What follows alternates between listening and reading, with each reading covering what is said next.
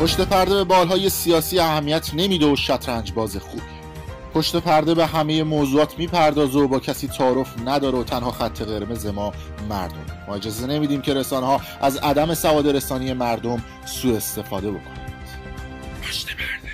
مخاطبین از این رسانه پشت پرده سلام. بنده امین فردین، خوشحالم که به همراه تیمم بار دیگه با یک برنامه پشت پرده دیگه با شما هستیم. امروز در برنامه پشت پرده یک مهمان خاص داریم که شاید برای یه عده حضور ایشون یا صدای ایشون یک نوستالژی عجیب غریب داشته باشه. به صورت لایو و زنده تصویر آقای حمید طالبزاده رو داریم از آمریکا، از یه قاره دیگه که قطعاً شاید آهنگ همه چی آرومش اوج کار حمید طالبزاده بود. همه چی آرومه، من چقدر خوشحالم. این آهنگی بود که به نظر من در ایران مگاهیت نشد، سوپر مگاهیت شد و به نظر من حمید طالبزاده بعد از این آهنگ شناخته شد. امروز میخوایم یک مروری بکنیم داستان زندگی حمید طالبزاده رو و کلا بحث موسیقی و مافیای موسیقی و اینکه ببینیم که آقای حمید طالبزاده اصلا کجا بوده تو این مدت. البته بودا ولی ما نمیدونیم کجا بوده و راجع به آهنگاش و کارهاش و مهاجرتش به آمریکا و همه این اتفاقات باهاش صحبت بکنیم. آقای طالبزاده سلام، امیدوارم که حالتون خوب باشه. آقا درود بر شما، وقت بخیر، امیدوارم خوب باشید، خودتون و تمام مخاطبینتون در هر کجای دنیا که هستن. امیدوارم که همینطوری باشه. خب آقای طالبزاده از کجا شروع بکنیم و اینکه اول بهتره که از قبل از آهنگ همه چی آرومه شروع بکنیم یا از همه چی آرومه به بعد، اینکه الان همه چیز آروم هست یا نیست؟ ببین آقای فردین عزیز، عرض کنم خدمتت که خب من تو خیلی از مصاحبه هم گفتم، ولی خب شما یه حرف قشنگی زدین موقعی که می‌خواستیم هماهنگ بشیم برای مصاحبه. گفتین که خب اون موقعی که تو همه چی آرومه رو خوندی، یه جوون 20 ساله‌ای که الان 20 سالشه اون موقع 10 سالش بود. اون موقع شاید اصلا تو بحر این قضایا نبود که حالا بیاد یه مصاحبه‌ای ببینه از من یا چیزی بشنوه از من. به همین خاطر من ترجیح میدم که حالا ممکنه برای بعضی هم تکراری باشه ولی یه خلاصه اشاره میکنم. من از آلبوم اول من سال 1379 به بازار اومد به اسم ندای عاشقانه. وقت رفتن و رسیدن رو به شهر آرزوهاست، فرصتی برای خوندن از گل و شبنم و رویاست، لحظه سبز رهایی. و اون موقع خب خیلی شرایط موسیقی فرق میکرد، یعنی حتی اصلا استدیو آنالوگ بود. اون موقع هنوز استدیو دیجیتال در ایران نبود، یه دونه بود تازه داشت راه اندازی میشد که ولی خب من رفتم آلبوم ندای عاشقانه رو در استدیو پژواک خوندم، متعلق به حوزه هنری خیابون حافظ، زیر پل حافظ. درسته. اون استارت کار حرفه‌ای من شد، یعنی کار رسمی من. ولی قبل از اون من از 16 سالگی انواع اقسام برنامه ها رو میرفتم، عروسی، مهمونی های خصوصی، و از اونجا شروع کردم و این رو هم با افتخار میگم که من از عروسی ها شروع کردم، میرفتم دل مردم رو شاد میکردم. آره اینو با افتخار همیشه گفتم، میرفتم دل مردم رو شاد میکردم، آخر شب طرف 2 دستی پولو به هم میداد و تشکر میکرد و من فکر میکنم اون پول عروسی چقدر میگرفتی؟ ببین من باور میکنی که شاید خیلی از برنامه هایی که بود، خب من یه جوان 16 ساله بودم، مثلا دوستی داشتم بهش میگفتم عروسی برادرته من میام براش میخونم، مجانی میخونم، و همین این باعث میشه که طرف خب بگه اوکی بذار یه ارکستر مجانی بیاد. با کیبورد زنم میرفت 19 فروردین 55. آره تاریخ تولد آقای حمید طالبزاده. 43 سالت میشه دیگه. آره دیگه دارم میرم تو 44. چرا انقدر جوان موندی؟ چیکار کردی؟ 2 تا بچه داری درسته؟ آره، یه پسر یه دختر. خدا حفظشون کنه. من خدا رو شکر آقای فردین، من سعی کردم همیشه سالم زندگی بکنم. من تو زندگیم یه دونه سیگار کشیدم و دیگه نکشیدم تا الان. اینم که دارم میگم کشیدم. مثلا عرق چی؟ خب اونو که آره، اونو که هممون خوردیم.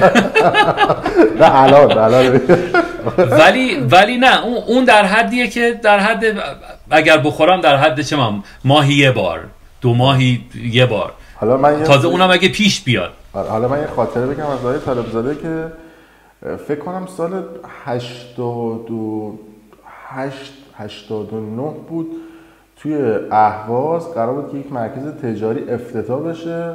آقای طالبزاده دعوت کردن توی مرکز تجاریه که بخونه. طبقه بالاش یه دونه سالن آمفی‌تئاتر توی منطقه زیتون اهواز بود. بعد ما هم رفته بودیم اونجا گزارش تهیه کنیم به عنوان صدا و سیما. ما انقدر اونجا ازدحام جمعیت بود، ما رو فرستادن توی اتاق 3-4 متری تاریک.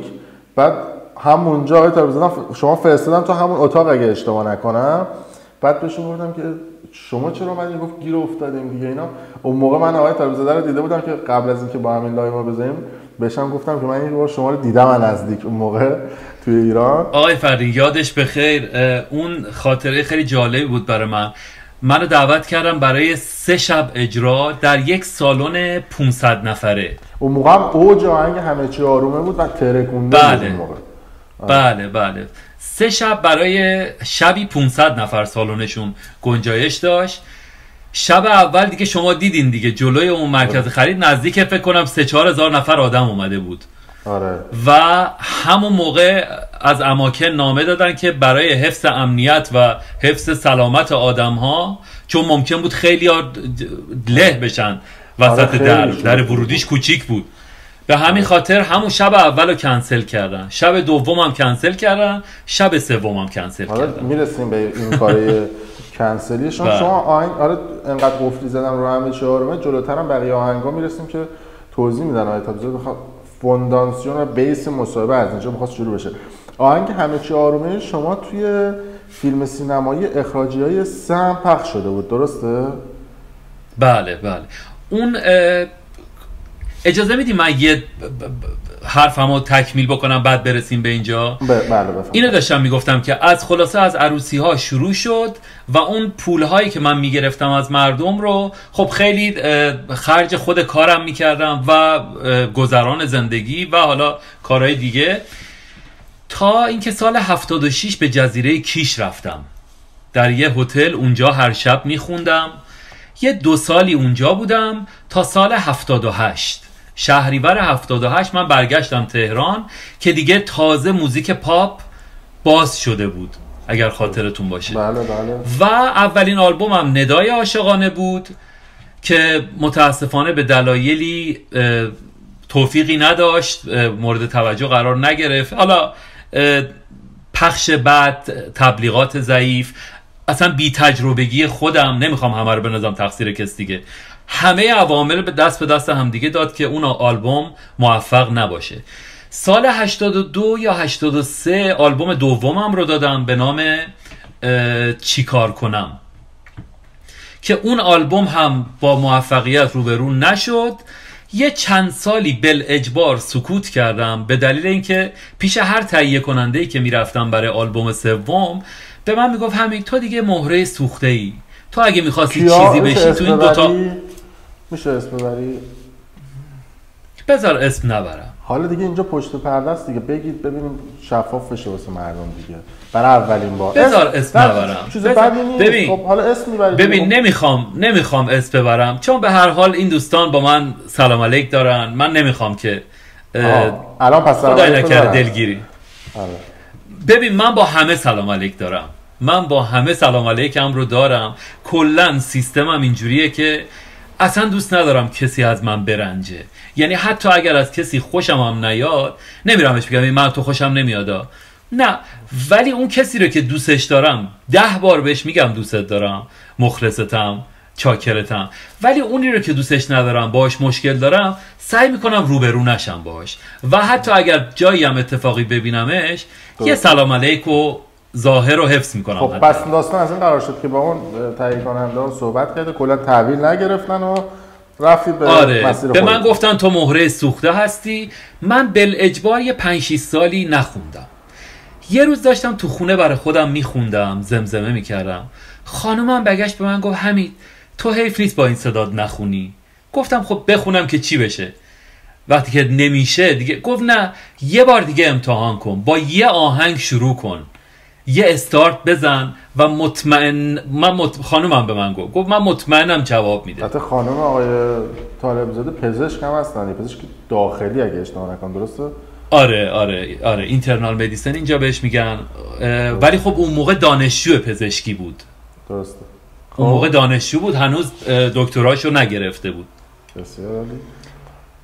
یا دیگه داشت میگرفت، حالا دقیقا یادم نیست، یعنی شاید سالهای آخر بود، نمیخوام دروغ بگم.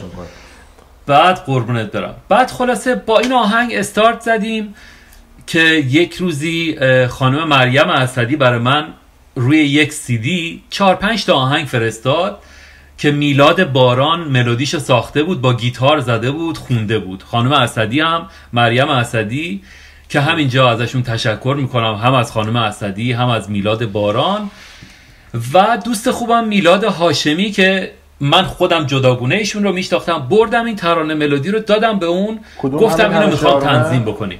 همین همه چی آرومه رو، بله. خب که میلاد هاشمی تنظیمش کرد، خوندمش و ویدیوش هم حاضر بود.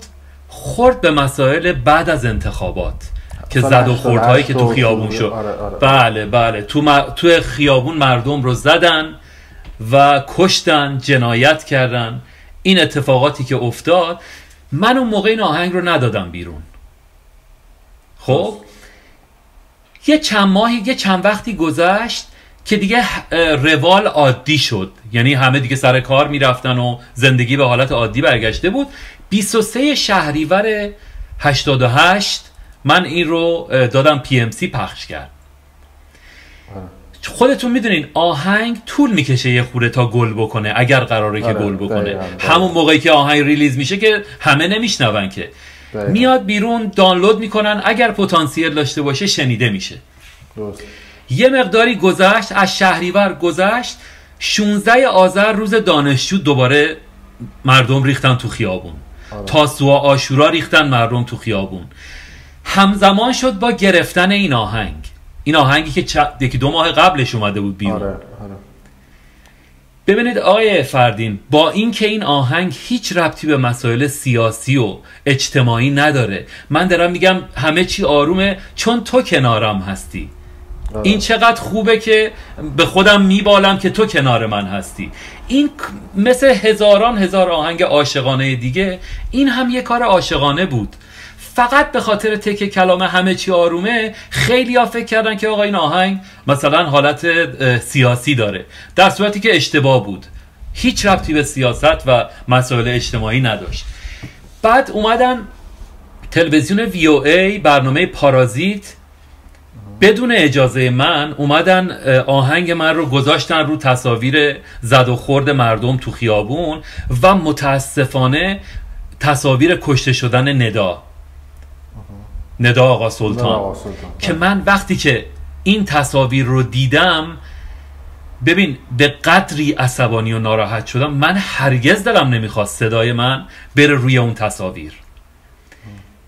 متاسفانه این کارو کردن که من هیچ وقتم ازشون نمیگذرم و نمیبخشمشون، به خاطر اینکه صدای من آمریکا مصاحبه کردی چند سال بعد، سال 2016. من بعدش که اومدم آمریکا این کارو کردم. بله من اون موقعی که ایران بودم توسط یه وکیلی اینجا نامه زدم به VOA که آقا شما به چه اجازه‌ای صدای منو پخش کردین؟ این آقایون VOA هم اون موقع به وکیل من گفته بودن که این آقای حمید طالب زاده اول بیاد ثابت بکنه که این آهنگ مال ایشونه، کپی رایتش مال ایشونه، بعد ما جوابشو بدیم. یعنی اونها هم میدونستن که ما چون کپی رایت نداریم تو ایران، از این قضیه سوء استفاده کردن، وگرنه من میتونستم خیلی علیهشون اقدام بکنم و شدید برخورد بکنم باشون. ولی خب متاسفانه ما اینجا چوب دو سر طلا هستیم دیگه. یعنی از داخل ایران که یه سری مسائل داشتیم، خارج ایران هم چون کپی رایت نداشتیم به حرفمون گوش نمیدادن. خب آهنگ روی برنامه صدای آمریکا پخش شد و شما هم شاکی شدید. برسیم به اون سوال من که آهنگ همه چی آرومه روی اخراجیه سم فکر کنم اواسط فیلم بود پخش شد، فکر کنم بدون رضایت شما بود، درسته؟ 100%. جناب دکتر صدیق خانم، عذر میخوام نوشی خانم، من یه بیانیه‌ای دادم یه روز یه رفیق من به من زنگ زد، گیتاریست من رضای عزیز، به من گفتش که حمید سینما بودم فیلم اخراجی ها یهو وسطش دیدیم که صدای تو پخش شد. گفت ردیف پشتی من 2 نفر بودن، برگشتن این یکی به اون یکی گفتش که دیدی گفتم اینم با خودشونه، دیدی گفتم اینم از خودشونه، اینها بیا. در صورتی که آقای دهنمکی بدون اجازه من این کارو کردن و یه بار ایشون رو دیدم توی فوتبال هنرمندان، من میرفتم تو باشگاه هنرمندان فوتبال بازی میکردم، به ایشون گفتم آقای عزیز شما با اجازه کی آهنگ منو گذاشتین روی فیلمتون؟ برگشت گفت مگه آقای شریفی نیا با تو صحبت نکرد؟ گفتم نه. گفت ایشون قرار بود با شما صحبت کنه، از شما رضایت بگیره. گفتم نه، ایشون رضایت گرفت نه کسی دیگه ای. بعدم شما کارگردان فیلمی، شما بعد از من رضایت میگرفتی. من اصلا راضی نبودم صدام بیاد رو فیلم شما. یه خوره اینطوری نگاه کرد و گفتش که من از خدا وکیلی بگم، گفت من از شما عذرخواهی میکنم، ببخشید اگر ضرر و زیانی خسارتی باید بدیم به شما. و یکی 2 نفر به من گفته حالا گوش کن، اتفاقا ببین میخواستم که بگم آقا نه باید به قول شما حالا یه پولی به من بدین که رضایت منو بگیرین. یکی 2 نفر منو کشیدن کنار، گفتن حمید این بنده خدا آدم معمولی نیست، آدمیه که توی نظام خیلی دست داره و خیلی برو داره، زیاد به این پاپیچ نشو، میتونه اذیتت بکنه بعدن. من یه خواننده غیر مجاز بودم در ایران، ایشون یه آدمی بود که بالاخره هم تریبون داشت هم یه سری آدم پشتش بودن، به همین خاطر ترجیح دادم که زیاد به پر و پاش نپیچم و گفتم که اوکی دیگه همین که عذرخواهی کردی حداقل به لحاظ روحی برای من خوب بود. بعد از همه چی آرومه منو در ایران ممنوع الکار کردن. آقای نکته بگم به ممنوع الکارتون هم میرسیم. با توجه به اینکه آقای طالب‌زاده مجوز نداشت، یکی از علتایی که بهش مجوز ندادن پخش کلیپ‌های آقای طالب‌زاده در شبکه‌های ماهواره‌ای بود و جالبه که آهنگاش من یادمه که توی یکی از بخش‌های خبری 23 هم پخش شد، فکر کنم نجف زاده کامران. بله اونم بدون اجازه من بوده. کلا همه جا بدون اجازه شما همیشه آرومه پخش شده دیگه. هر کجایی که همه چی آرومه رو پخش کردن بدون اجازه من بوده، به غیر از همراه اول و ایرانسل که گذاشتن روی این پیشواز میگن، آهنگ پیشواز میگن بهش، اونا با من قرارداد بستن و 1% خیلی کمی از درآمدش رو به من میدادن که وقتی که من از ایران خارج شدم اون رو هم دیگه ندادن، اون رو هم دیگه خوردن. ای بابا. خب بفهمید رسیدیم به ممنوع‌کاری شما و اینکه تا جایی که من میدونم و شنیدم، حالا شما تایید بکنید یا تکذیب، چیزی که من شنیدم این هستش که شما یه سفر مثل این که رفته بودید ترکیه، چند روز بعدش یه کنسرت داشتید تو دبی، وقتی که برگشتید توی ایران تو فرودگاه امام شما رو گرفتن، تا جایی که من شنیدم. خب مدارکتون رو گرفتن و من بخورد اونو قشنگ برام دیگه بیا برای همیشه شفاف باز بکنید که شاید یکی از علت‌های مهاجرت شما این گیر و گورا و اذیت‌ها بوده دیگه، درسته؟ 100%. ببینید قبل از اون سفر من 1-2 باری رفته بودم خارج از کشور، برنامه اجرا کرده بودم و برگشته بودم، ولی اون سفری که ما رفتیم اصلا سفر کاری نبود. خانم من باردار بود، پسر بچه اولم رو. ما گفتیم آقا یه هفته بریم ترکیه خوش بگذرونیم، یه مقداری هم لباس برای بچه بخریم و برگردیم. همینطور هم بود، رفتیم خیلی هم خوش گذشت، جای شما خالی. وقتی که برگشتیم توی فرودگاه از دماغمون در اومد، منو صدا کردن، پیچ کردن، بردن بالا. حالا شما فکر کن 45 دقیقه خانم باردار من پایین با اون استرس که حالا شوهر منو کجا بردن، یعنی اون استرسی که به اون خانم باردار وارد شد رو هیچ کسی با هیچ مبلغی نمیتونه جبران بکنه برای من. دقیقاً. من یعنی تمام تلاشم توی اون 9 ماه این بود که خانم من استرس نداشته باشه، راحت باشه. ولی با یه اینجوری همه چیزی که من درست کرده بودم و خراب کردن. مدارکم رو گرفتن، پاسپورت، لپتاپ، نمیدونم فلش مموری، اینا. گفتم آقا علت چیه؟ گفت تشریف ببریم خیابون پاسداران، بوستان 8م، بالای فروشگاه میله، اونجا برین، پاسپورتتون اونجاست، میتونین برین بگیرین. من رفتم وقت مصاحبه که به من داده بود مثلا مال 5 روز بعد بود، من 2 روز بعد رفتم اونجا گفتم آقا پاسپورت ما رو برای چی گرفتین؟ گفتش که آقای سعادت باید بیاد جوابگو باشه. زنگ زد، آقای سعادت اومد و گفتش که تو وقت مصاحبت 3 روز دیگه است، برو بیا. گفتم من 3 روز دیگه دارم میرم، مسافرم، پاسپورتمو لازم دارم. مشکل چیه؟ به من بگین مشکل رو حل کنیم. گفت دبی گفت کجا میخوای بری؟ گفتم دبی. گفت دبی چی کار داری؟ گفتم برنامه دارم. گفت ما همین مشکلمون با همین برنامه‌های شماست دیگه، میری میای واسه. گفتم خب نباید برم؟ گفت نه برو همون روز مصاحبت بیا. ما رفتیم برنامه کنسرت دبی رو کنسل کردیم و روز مصاحبه رفتیم. تو 2 روز 2 تا 3 ساعت منو بازجویی کردن. کجا رفتی، چیکار کردی، خالت کیه، عمت کیه، تمام شجره‌نامه رو در آوردن. چند تا آهنگ خوندی، همه رو بنویس، انگار مثلا اعتراف از جانی داره میگیره.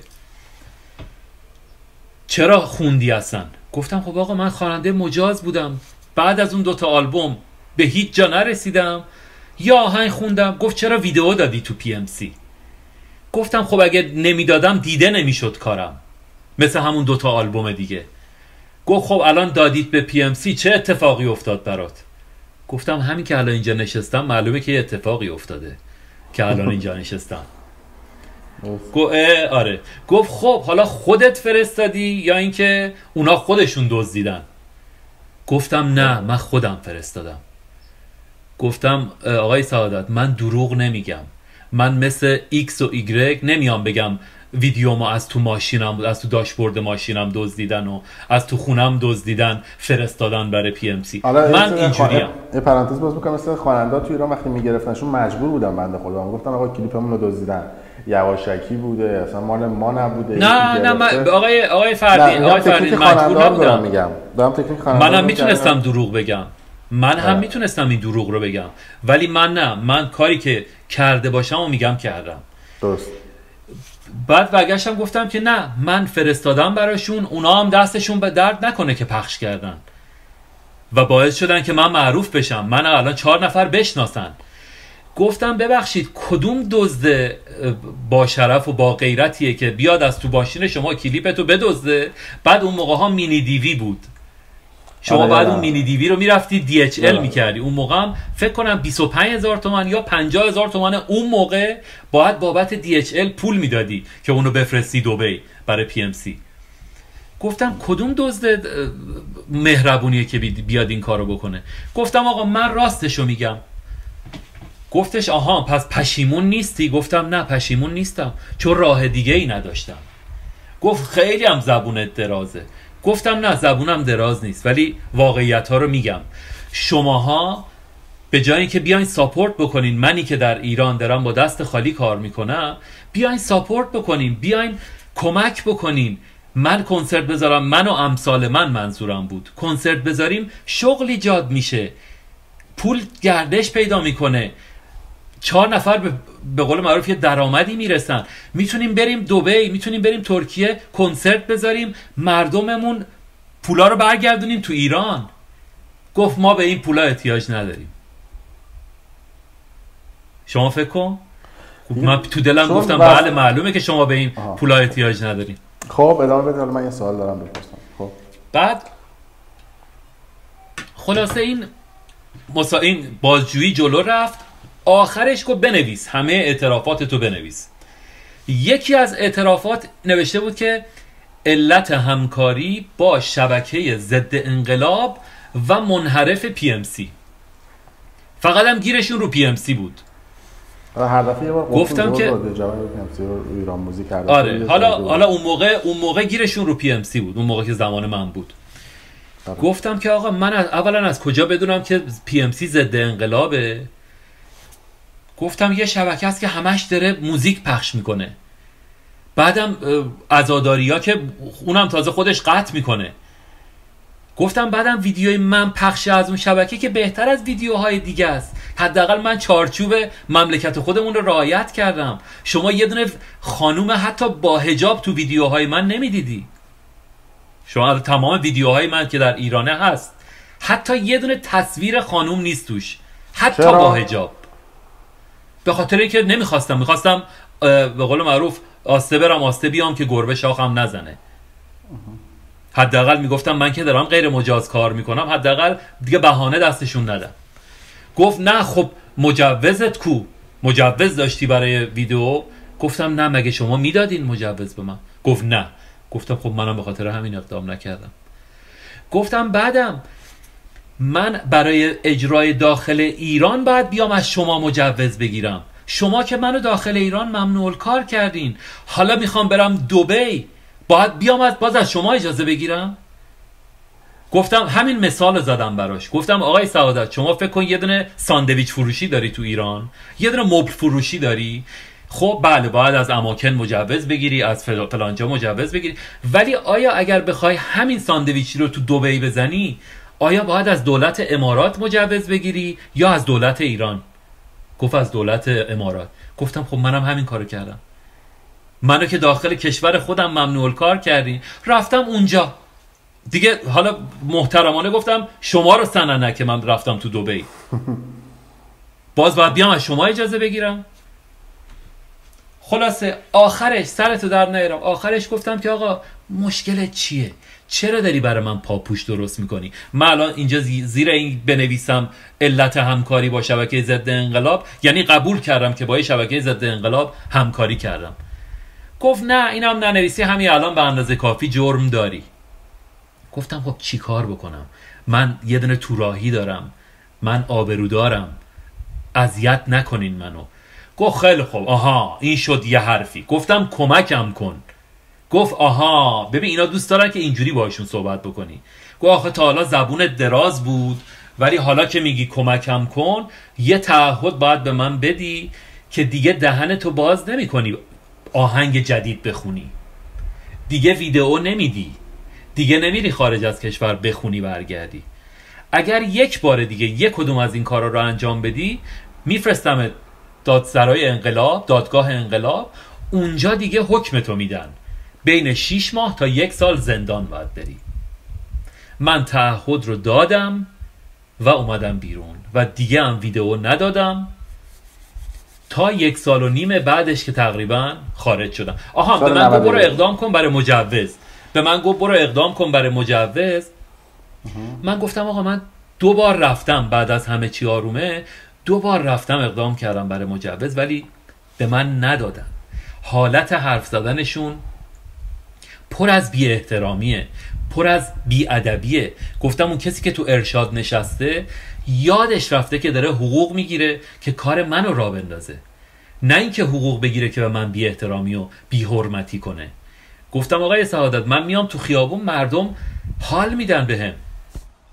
بهش گفتم آقای سعادت من میرم تو خیابون مردم به من لطف میکنن، احترام میذارن به من، با من عکس میگیرن، محبت میکنن، بعد میرم تو وزارت ارشاد به من بی احترامی میکنن. گفتم خب معلومه 100 سال دیگه نمیرم اونجا. گفت نه دیگه تو الان پاسپورت تو ما گرفتیم، مجبوری به خاطر پاسپورتت 100 بارم بری بیای، اینم همونه، برو اونجا 100 بار تا مجوز تو بگیری. گفتم ببین آقای سعادت من $1,000,000,000 دلارم کسی بخواد بهم بده، به شخصیتم توهین بخواد بکنه، من نیستم. گفت نه برو شما اونجا یه بار دیگه اقدام کن، ما هم مساعدت میکنیم، بهشون میگیم که شما آدم خوبی هستی و مجوزت رو میدن، ولی یه خورده طول میکشه، فکر نکن همین فردا بری بهت مجوز رو میدن. گفتم چقدر طول میکشه؟ گفت اگه من نمیدونم، اونا باید تصمیم بگیرن. من رفتم اقدام کردم دوباره پیش یه آقایی به نام آقای چراغی، اون موقع حراست ارشاد بود. بود تا همین چند وقت پیش هم بود آقای چراغی. آره حالا دیگه اونو نمیدونم. ایشون مدارک منو گرفت، آخرش به من گفتش که آقای طالب زاده من مدارک تو گرفتم، همه چی دیگه اینجا تکمیله، برو همون آقای سعادت باید امضا بکنه که تو بتونی بخونی یا نتونی بخونی. ایشون اگر امضا بکنه که تو میتونی بخونی، فردا میتونی بخونی. اگرم تا 200 سال دیگه امضا نکنه، شما نمیتونی بخونی. و آقای فردین، یکی از بدترین چیزا تو دنیا بلا تکلیفیه. دقیقا. ببین اگه به آدم بگن آقا 3 سال صبر کن، 2 سال صبر کن، اونم تازه بیخود، برای چی صبر کنم؟ مگه من جرم کردم؟ آقا همه جای دنیا میان هنرمندشون رو مطرح میکنن، هی میبرن و بالا و بالاتر ساپورتش میکنن که از بغلش خودشو یه سری آدم پول نون در بیارن. ما مملکتمون میان تا یه نفرم یه خوره کارش پیش میره، گل میکنه کارش، میان 3 سال 4 سال 5 سال میخوابوننش که از اون به قول معروف داغی بیفته. خب مشخصه هر خواننده یه پیکی داره، یه دوران هاتی داره، بعدم یواش یواش میاد پایین. این یه طبیعیه. خیلی دوست دارم آقای سعادت ما پیدا کنیم، باش مصاحبه کنیم کجاست. یه سوال بپرسم. آره منم خیلی دوست دارم. ولی ببین ایشون و اربابان ایشون سرنوشت من و خیلی یار دیگر رو عوض کردن، ولی میگن عدو شود سبب خیر گردد. الان از جایی که هستی راضی در امریکا؟ ببین آقای فردین، بسیار راضیم و خوشحالم که همون آقای سعادت عدویی بود که شد سبب خیر و من اومدم بیرون. خدا رو شکر، هزاران بار خدا رو شکر میکنم که تونستم اینجا زندگیمو سر و سامون بدم. 2 سال اولش خیلی سخت بود، خیلی دلتنگ بودم، حتی تو 2 سال اول 3 بار تصمیم گرفتم که برگردم. ولی الان به جرئت میتونم بگم اگه بیان بگن آقا این 2 میلیون دلار کش بهت میدیم، مجوزت هم بهت میدیم، به جان بچه هم بر نمیگردم. جالبه. یه سوال از یعنی دیگه تو اون سیستم من نمیتونم کار بکنم. درست. توی ایران مافیای موسیقی وجود داره؟ 100%. مگه تو چیزای دیگه وجود نداره؟ شما با این مافیا دست و پنجه نرم کردید، باهاشون صحبت کردید، با اون آدم هایی که مجوز میگیرن تو جاهای دیگه؟ من جزو اون آدم ها نبودم که اون 2 تا آلبوم اول من زمین خورد.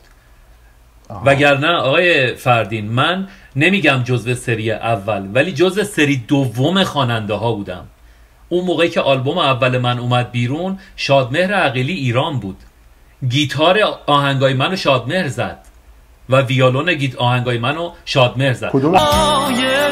کسی پیش من نمونده، سقف بارونی، زیر سقف بارونی، وقت از تو گفتن بغض بی صدای من، عاشق شکفتانه. الان سوالی که پیش میاد، در حال حاضر با شادمهر همکاری میکنی؟ باهاش هستی نیستی؟ چطوریه؟ الان نه. اون موقع ببین همکار نبودیم ما با هم. ایشون اون موقع به غیر از کار خودش کار نوازندگی هم میکرد، یعنی میومد تو استودیو برای خیلیا گیتار میزد، ویولون میزد و از هنرش استفاده میکرد، دستمزدشو میگرفت و میرفت. درسته. اینجوری بود قضیه. شما پس این فشارها و این کارهایی که آقای سعادت کرده بودن برای شما، تصمیم من شد که شما دیگه مهاجرت بکنید. سال 91 برای همیشه از ایران رفتید، درسته؟ بله. و یه سوالی که پیش میاد اینه که حمید طالبزاده بعد از آهنگ همه چی آرومه دیگه مدت دیگه آنچنان باید و شاید گل نکرد. چرا یه آهنگ دادی بیرون به اسم دختر، اونم خوب به نسبت شنیده شد، اما خب همین الان من بین رفیقای خودم یا دوستان خودم که صحبت میکنم، تنها جمله‌ای که به من میگن هستش که خب چه بلایی سر حمید طالبزاده اومد، چرا اینقدر افت کرد یا اینقدر نتونست موفق باشه؟ علت خودت در چی میبینی؟ فکر میکنی آدم موفقی بودی یا یک چیزایی دست در دست هم داد که تو دیگه نتونی آهنگی مثل همه چی آرومه بدی بیرون؟ آقای فردین، اولا که خب خیلی مهم اینه که آدم موفقیت رو در چی ببینه. من خودم خدا رو شکر میکنم و خیلی راضیم. ببین چون یه سری اولویت ها هست، بعضی خواننده ها تمام هم و غم و زندگیشون رو میذارن روی کارشون که حتی وقتی هم که سنشون میره بالا مثلا میگن ما شرمنده زن و بچه‌مون هستیم، ما اونقدری که باید به زن و بچه‌مون میرسیدیم نرسیدیم. من دلم نمیخواد که شرمنده کسی باشم، به خصوص زن و بچه‌م. من ترجیح میدم که در سن 70 سالگی 80 سالگی اگر زنده بمونم سرمو بگیرم بالا، به بچه‌هام بگم که هر کاری از دستم برمی اومد براتون کردم. من بعد از همه چی آرومه وقتی که از ایران اومدم بیرون یه آهنگ خوندم به نام امشب. به هم رسیدیم امشب، باز هم و دیدیم امشب، برای ما بودنمون نقشه کشیدیم. این تو تمام عروسی ها تقریبا پلی. به هم رسیدیم باز هم و دیدیم، به هم رسیدیم. بعد از همه چی آرومه یه آهنگ خوندم به اسم میخوام باور کنی. میخوام باور کنی چقدر دوست دارم، میخوام باور کنی تنها نمیذارم، میخوام باور کنی چقدر دوست دارم. خیلی آهنگ خوندم که شنیده شده. خیلی ها به من میگن مثلا آهنگ امشب رو ما نمیدونستیم که تو خوندی. بعد اومدم آهنگ دختر رو خوندم. خب حالا اینا رو اگر مردم خوبمون برن، البته انقدر ماشاءالله محصولات زیاد شده که دیگه مردم نمیرسن گوش کنن. یه سرچ توی گوگل یا رادیو جوان بزنن حمید طالبزاده یا تو وبسایت خود من hamidtalebzade.com، تمام آهنگای من هست، تمام ویدیوهام هست. بعد از آهنگ دختر خانم من برای تخصص قبول شد، برای تخصص همون اینترنال مدیسن داخلی. شرایط به گونه‌ای بود که من احساس کردم که الان خانوادم و همسرم احتیاج داره که من بیشتر ساپورتشون بکنم به لحاظ زمانی، حالا حضوری، همه چی. و شما میدونی که یعنی همه میدونن که شما برای اینکه یه چیزی به دست بیاری حتما باید یه سی از دست بدی. دقیقاً همینطوری. و توی این 3-4 سال اخیر، یعنی بعد از آهنگ دختر، ما خیلی درگیر و خیلی مشغول به مسائل خونه و خانوادگی و اینا بودیم که خانم من بتونه درسش رو به سلامتی تموم بکنه. تخصصش رو گرفت و حالا من دوباره تازه تو همین 3-4 سالم من هر 2-3 ماه یه بار یه آهنگ میدادم بیرون. درست. حالا اسماش رو اگه بخواین من میتونم یکی یکی بگم. آره حتما. آره خب ولی خب داستانی آخرین آهنگی که من دادم به اسم بارون بود که فکر کنم 2-3 ماه پیش منتشر شد. دوباره بارون میباره و یادت میاد و دل تنگی و خیالت، غم چشمامو این نام بارون یادگارت. شما سال 91 از کشور خارج شدید، چند ماه بعدش بود یا چند سال بعدش بود من یادم یه آهنگ شما با خانم لیلا فروهر و ستار دادید بیرون که من این آهنگو تا دیدم تو دل خودم گفتم که این حمید طالبزاده پول داده با اینا خونده. چقدر پول دادی با اینا خوندی؟ خب یعنی بیت دادید به هم دیگه. واقعا سوال برای من حالا پیش اومده دیگه.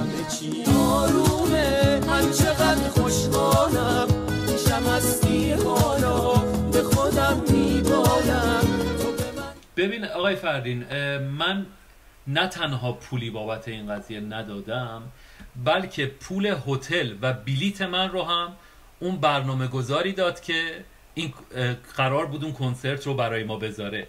واقعیت قضیه این بود که ما یه کنسرتی داشتیم با هم دیگه. این تهیه کنندش اومد گفتش که آقا بیا، من اون موقع اورلندو زندگی میکردم، فلوریدا.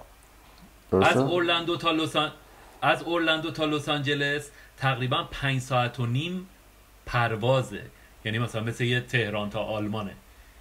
خب آره، من اون موقع تهیه کننده من گفت آقا بیا یه آهنگ ستایی ضبط بکنیم. حتی من برگشتم گفتم آقا واسه چی بلندشم من 6 ساعت پرواز کنم بیام؟ آخه 6 ساعت هم نیست که 1 ساعت و نیم قبلش باید بری فرودگاه، 1 ساعت هم تو فرودگاه معطل میشی. گفتم من 8 ساعت بعد از زندگیم بزنم که بخوام بیام این کار رو انجام بدم.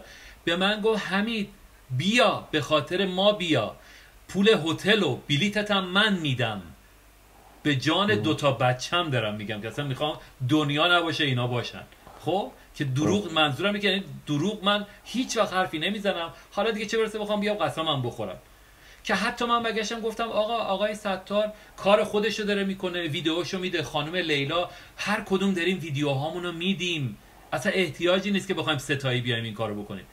به اصرار اون تهیه کننده من اومدم. درست. بعد وقت حالا یه سری گفتن که پول داده، پول نده. ببین جریان مولا نصرالدین و خرشه و اون بچهه دیگه، شنیدی که موضوع شد. بله. شما هر کاری بکنی یه عده آدم هستن که یه سری حرف میزنن که میگن شنونده باید عاقل باشه. و من واقعا دارم میگم اصلا گوشم پره از این حرفا، کار خودمو میکنم. من 10 نفر طرفدار داشته باشم، برای همون 10 نفر کارمو میکنم تا زمانی که نفس داشته باشم و زنده باشم. مخلص همشونم هستم. هر کسی منو بپذیره مخلصش هستم، دستشم میبوسم. هر کس هم نپذیره دیگه کاری از دستم بر نمیاد. بسیار عالی.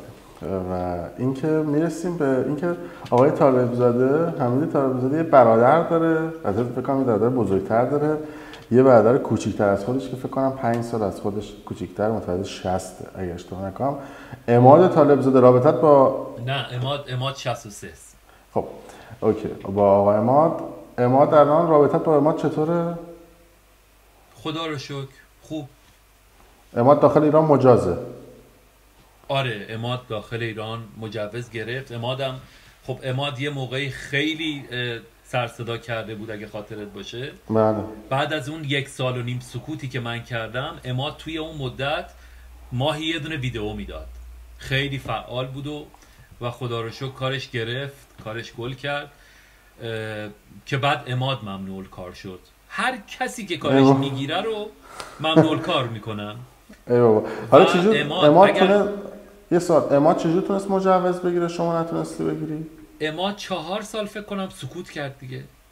4 سال سکوت کرد، کاری که من نتونستم بکنم و نمیدونستم که اصلا آیا 4 سال صبر بکنم آیا مجوز بهم میدن یا نمیدن. چون ببین خیلی فرق میکنه که شما ندونی چقدر باید معطل بشی. اومدیم و من صبر میکردم 10 سال هم میگذشت و به من مجوز نمیدادن. الان عماد ممنوع کاره؟ عماد نه فکر نمی کنم. عماد کارشو داره میکنه. کنسرت اینا چی؟ کنسرت که الان نزدیک 1 سال تعطیله دیگه. ولی قبل از اون عماد کنسرت میداد. عماد مشکلی نداشت برای کنسرت. آره خب میخوام به این برسم که حالا شما توی این چند سال گذشته، حالا اون کسانی که شاید شما رو از نزدیک دنبال بکنن، یه مقداری کاراتون رنگ و بوی سیاسی گرفت، یعنی حمایت از جریان‌های سیاسی، نمیدونم شرکت کردن در تلویزیون‌های سیاسی، بیانیه‌های سیاسی. حالا هم خود آقای عماد هم خانومشون هر جفت قشنگ 6 سیلندر، خب خیلی به شدت آدم‌های سیاسی شدید. حالا میخوام بدونم که این چه دلیلی داشته که عماد طالبزاده‌ای که یک خواننده موفق، البته بد نیست، فقط من دنبال چراییشم. چرا میگی یا عمادو میگی؟ نه میگم حمید. عماد گفتم اشتباه گفتم. آره نگیرم بنده خدا رو توی آقا نمید کنه که من و عماد برادریم، ولی هیچ کار، یعنی هر کسی مسئول کرده خودش هست و هر کسی مسئول حرف هایی که میزنه و اعمال خودش هست. اگر من حرفی میزنم هیچ ربطی به عماد نداره و اونم اگر کاری فکر خودته. آره میخوام به این برسم که یه مقدار رنگ و پور و بوی کارات سیاسی هم شد و علت خاصی داشت که یهو چرخش کردی یا اینکه چه اتفاقی افتاد که اما یه مقدار عجیب و غریبی سیاسی شد؟ حتی الان اگه عکس پروفایلش رو به شما نشون بدم، پرچم شیر و خورشید رو گذاشته، کلا تو پروفایل اینستاگرامش هم اتفاق افتاده. علتش چی بوده شما انقدر 6 سیلند سیاسی شدی؟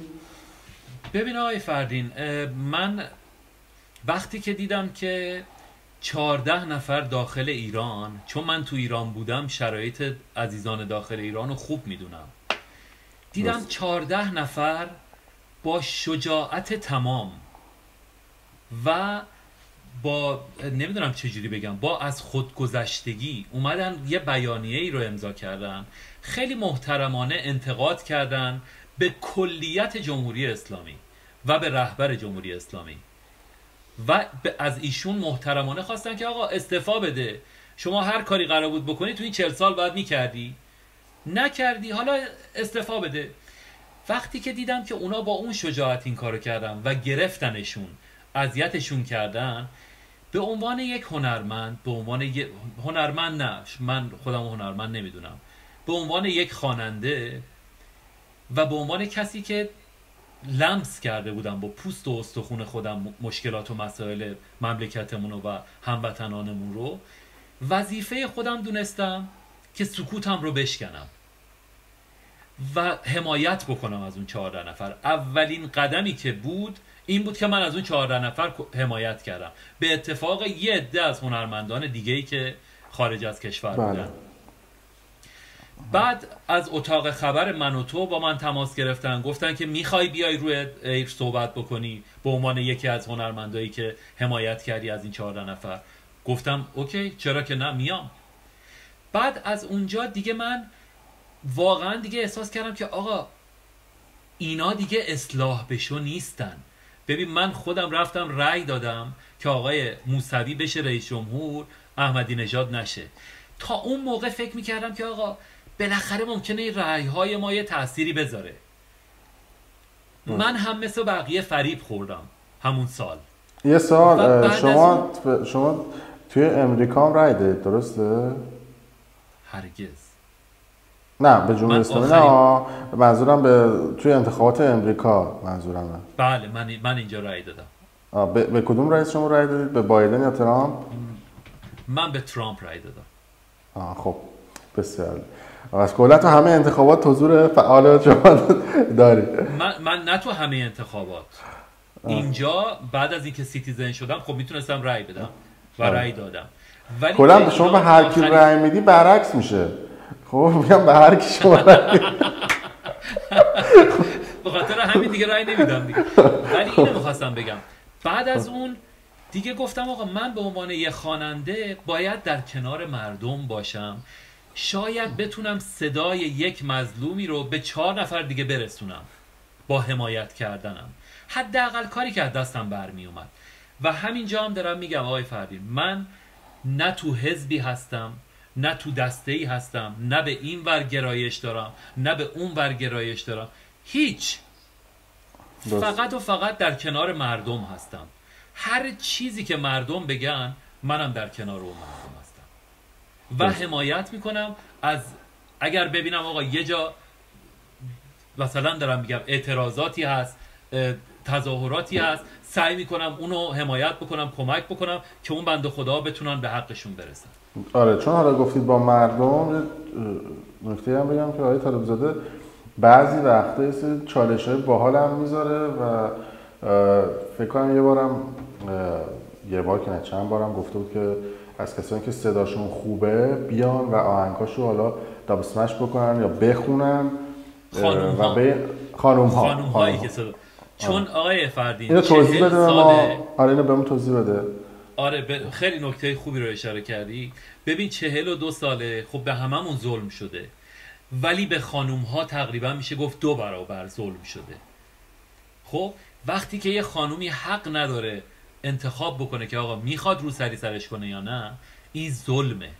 وقتی که یه خانوم، اصلا ما تو امریکا اگه بگیم آقا تو کشور ما دوچرخه سواری برای خانوما ممنوعه، شاید باورشون نشه، شاید بخندن بهمون. خب و بگیم آقا خانومای ما اجازه خوندن، آواز خوندن ندارن، اینا باعث شرمساریه برای مردم ما که بیان بگن آقا اینا تو مملکتشون اجازه نمیدن خانوما آواز بخونن. من به عنوان یک خواننده، به عنوان یک کسی که حالا 4 نفر منو میشناسه، وظیفه خودم میدونستم که بیام از خانومها حمایت کنم. گفتم بیایید از خودتون ویدیو بگیرین، یکی از آهنگای خودم رو برام بخونین، بفرستین. من از بین ویدیوهای ارسالی یک نفر رو انتخاب میکنم و باهاش یه آهنگ 2 صدایی میخونم. همه هزینه هاش رو هم خودم میدم.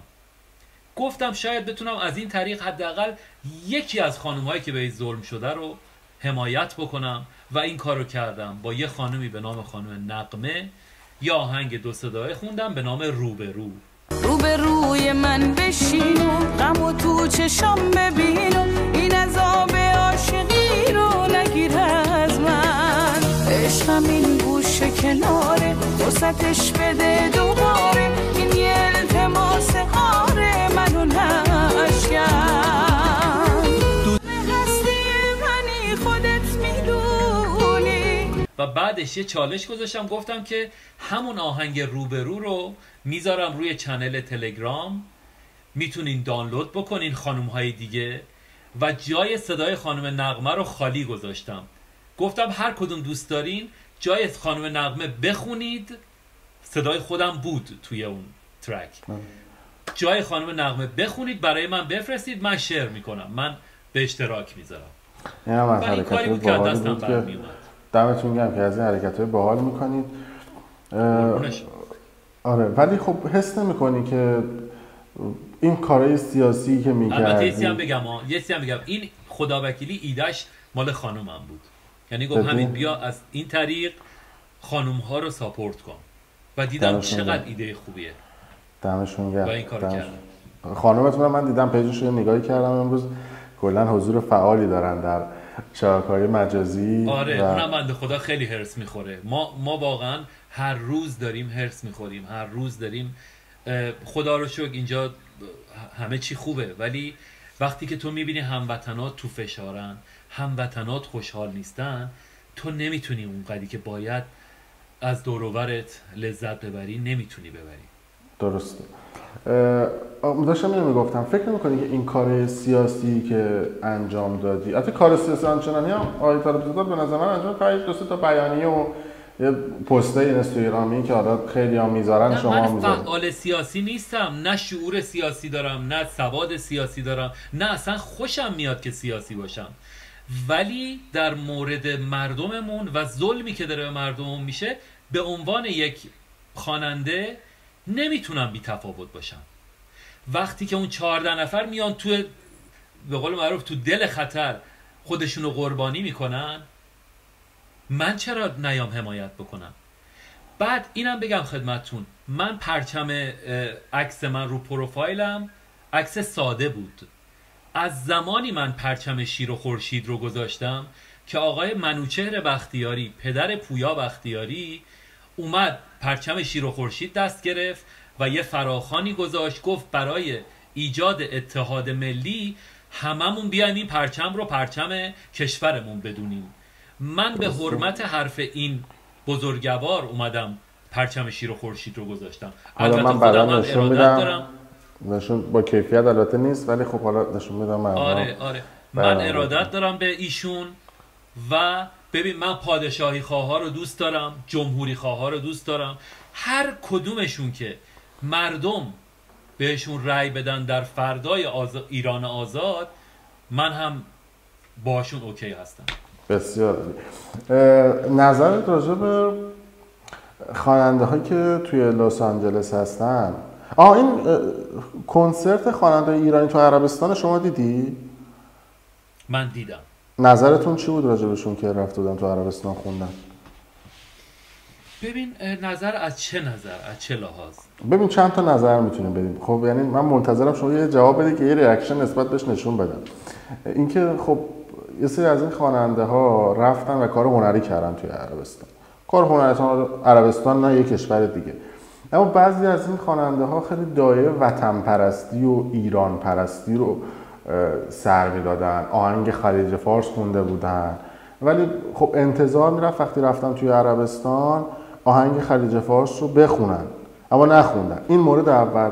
مورد دوم این که دستاندرکاران برگزار کننده این کنسرت اومده بودن و گفته بودن که اینها نماینده هنرمندها و خواننده‌های داخل ایران هستن و پول‌های عجیب و غریبی گرفتن و رفتن عربستان خوندن. شما اینا رو نماینده خواننده‌های ایرانی میدونستید؟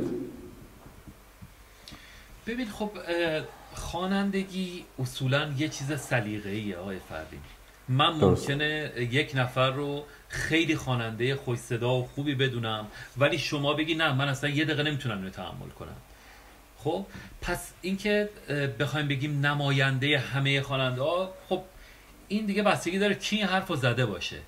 این ممکنه بله یه سری کاملا قبول دارم. موسیقی میتونه یه سلیقه باشه. حالا اون قسمت دوم که آهنگ خلیج فارس رو نخونده بودن یا کلا رفته بودن عربستان آهنگ خونده بودن چی؟ ببین من چون توی اون شرایط نبودم واقعا نمیخوام کسی رو قضاوت بکنم و بخوام ایراد بگیرم به کسی. اصولا سعی میکنم هیچ کس رو قضاوت نکنم چون توی شرایط اون بنده خدا نیستم. من شرایط زندگی خودم رو دارم، اونها شرایط زندگی خودشون رو دارن و به نظر من هیچ وقت نمیتونم تصمیم بگیرم جای اونه یا بگم آقا کار خوبی کرده یا کار بدی کرد، چون در جریان همه چیز نیستم. درست. متوجه منظورم میشین؟ خیلی با سیاست جواب میدی، خیلی باهوش و ذکاوت و شما لطف دارید. اون جوابی که من میخوام بگیرم چالش رو ایجاد بکنم و نمیدی، ولی خب اینم محترمه. نه نظر واقعیم رو دارم میگم. درست. نه میدونم شوخی میکنم. نظرت راجع به آینده موسیقی خودت چی هستش؟ ببین من تلاشم رو میکنم. من 2 تا آهنگی دارم که خدا رو شکر به لطف دوستانی که این آهنگ ها رو برای من ساختن، تمام آهنگام رو تمامشو نه دروغ نگم تقریبا 80% آهنگایی رو که خوندم دوست دارم و همینجا از تک تک عواملش تشکر میکنم. ولی خب 2 تا آهنگ هست که توی کنسرت ها تو اجراها مردم این 2 تا آهنگ رو شاید بگم 10 بار میخوان که من بخونم، ولی خب من نهایتا 2 بار میخونم.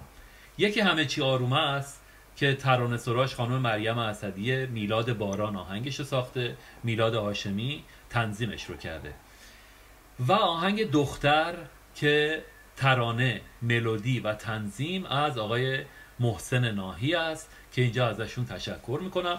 این 2 تا آهنگ سرنوشت کاری من رو تغییر دادن و من دعا میکنم از الان به بعد آهنگ‌هایی بدی بیرون که مثل همه چی آرومه سوپر مگا هیت بشه. زنده باشی. البته ببینید آقای فردین یه مطلبی هم هست. ببینید هیچ خواننده‌ای وجود نداره که هر چی که خونده هیت بشه، مگا هیت بشه. ببینید الان بزرگترین خواننده‌های خود ما توی مارکتی که ما الان داریم پیشکسوتان ما که بسیار دوستشون دارم و احترام قائلم. خواننده مورد علاقت کیه توی ایرانی‌ها؟ توی ایرانی‌ها من خیلی مرحوم مازیار رو دوست دارم و واقعا درس گرفتم ازش. یکی از بهترین خواننده های ما. خدا بیامرزه. اونا که در قید حیات هستن من پاپ یا سنتی؟ هم پاپ هم سنتی جفتش بود. ببین من از 13 سالگی شهرام ناظری گوش میکردم، استاد شهرام ناظری. آفرین. من آلبوم آتشی در نیستان ایشون رو انقدر گوش کردم، کاستش رو، موقع کاست بود، کاست خراب شد، رفتم یکی دیگه خریدم. تا 18 سالگی اومدم سراغ استاد شجریان. خدا رحمتش کنه. اینا رو واقعا نمیتونم بگم زنده یاد، چون اینا همیشه زنده یاده، یعنی اصلا هستن. کسی که صداش اینطوری هست اصلا وجود فیزیکیش خیلی مهم نیست. اینا همیشه جاویدنام هستن.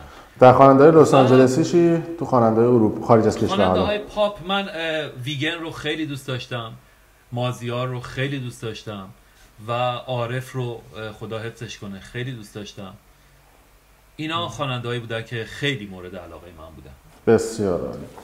اگر نکته‌ای هست آیه و خانم هایده استثنا. به اصلا اونا که اصلا هایده هستی میگم دیگه. اینا استاد بهشون نمیدونم بگیم یا یه واژه بزرگتر از استاد که من حالا پیدا کنم در واژگانم. صحبت پایانی که دارید آقای طالب‌زاده در خدمتتون هست.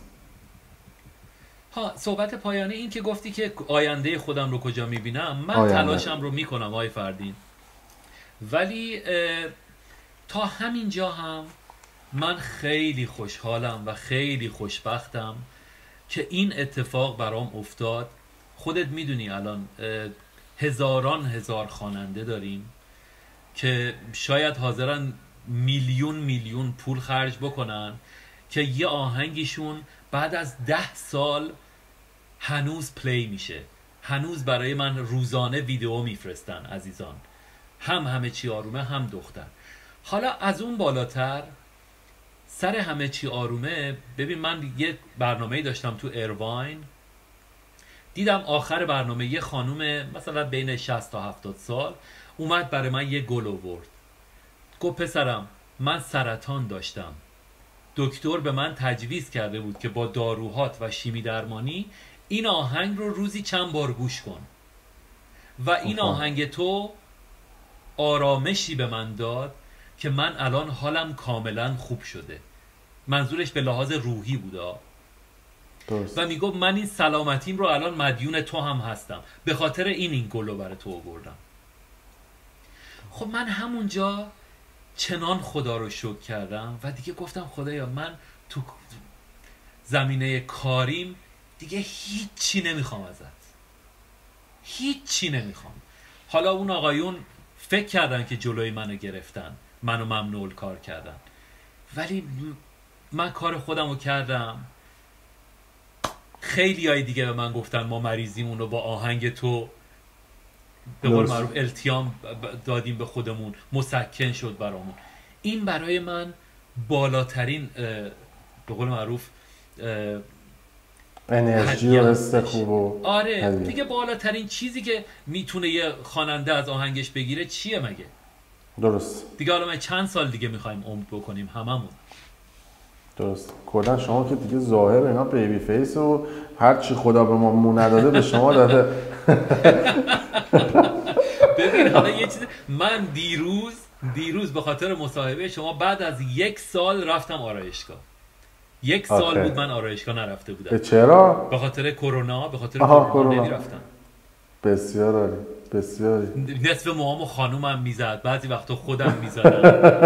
آره نمیرفتم، ولی دیروز چون اینجا یه مقداری آمار و ارقام اومده، بله اصلا عجیب غریبه اونجا، حالا یه مقداری اینجا بهتر شده اوضاع، به همین خاطر دیگه دیروز رفتم آرایشگاه.